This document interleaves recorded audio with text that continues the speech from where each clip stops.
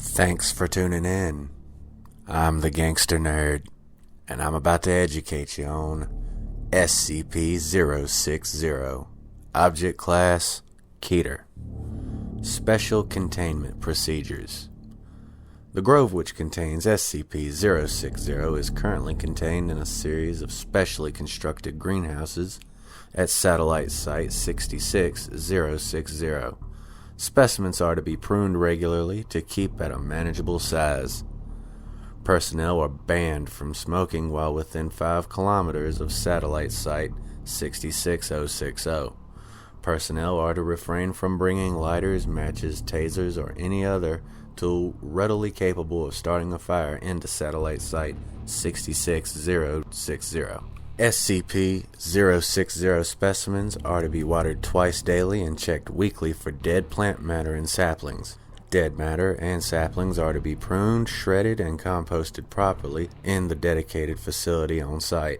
Afterwards returned to SCP-060's containment chamber. Fragments of SCP-060 may not be moved off-site for any reason without explicit written permission from 2 or more Level 4 personnel. In the event of a breach by SCP-060-Alpha, personnel are to enter lockdown mode and activate on-site fire suppression systems. Redundant on-site fire suppression systems have been installed throughout the site, including water and chemical retardants, to be utilized in tandem in the event of a containment breach.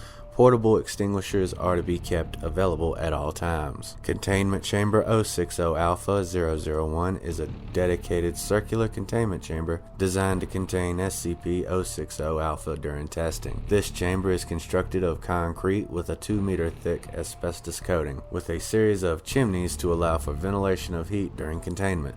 The walls are fitted with 24 CO2 projectors evenly spaced at 45-degree angles along the walls and will activate in the presence of temperatures exceeding 200 degrees Celsius. 1 kilogram of SCP-060's material is to be kept within Containment Chamber 060-Alpha-001 to be burned in the event of a breach. Description: SCP-060 is a grove of 17 white oak trees. The grove is spread across approximately 8 acres in rural northeastern Minnesota. A house on the property was demolished during the construction of Satellite Site 66060 after being combed by Foundation personnel for information regarding SCP-060. See Addendum. When burned, SCP-060 will produce an entity henceforth designated SCP-060-Alpha. SCP-060-Alpha appears to be an inanimate adult human skeleton standing approximately 2.3 meters tall and surrounded by bright white flames. SCP-060-Alpha initially burns at a temperature of approximately 1500 degrees Celsius and will attempt to cause as much damage as possible when active. Burning as little as 20 grams of SCP-060 will cause SCP-060-Alpha to appear. Only one instance of 060-Alpha will appear at any time. It is theorized that 060-Alpha is a unique entity. SCP-060-Alpha is extremely dangerous.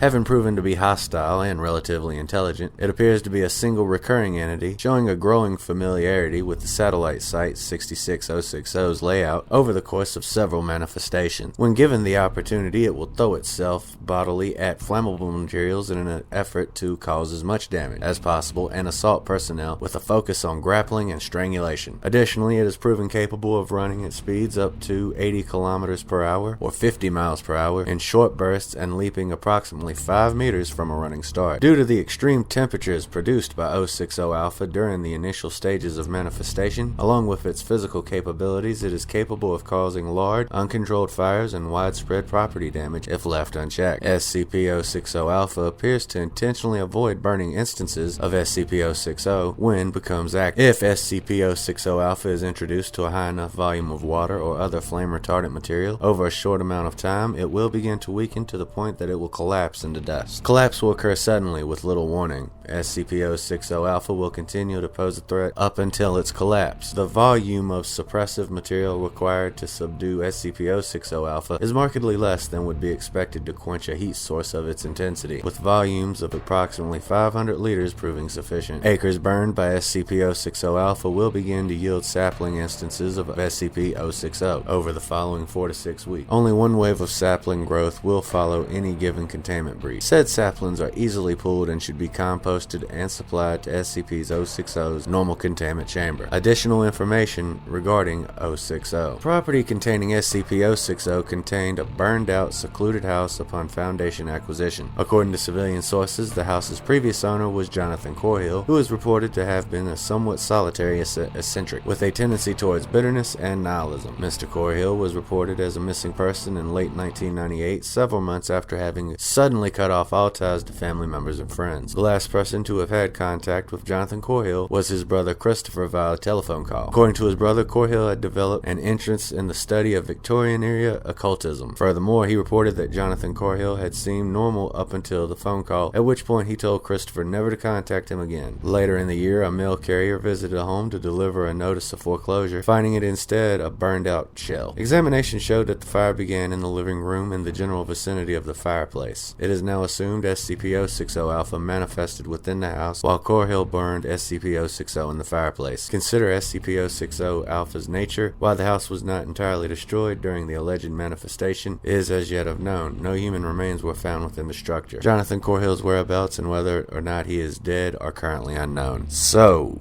if you burn this kind of wood, you get this super aggressive, evil, burning skeleton, and it's going to burn everything it can until it gets extinguished.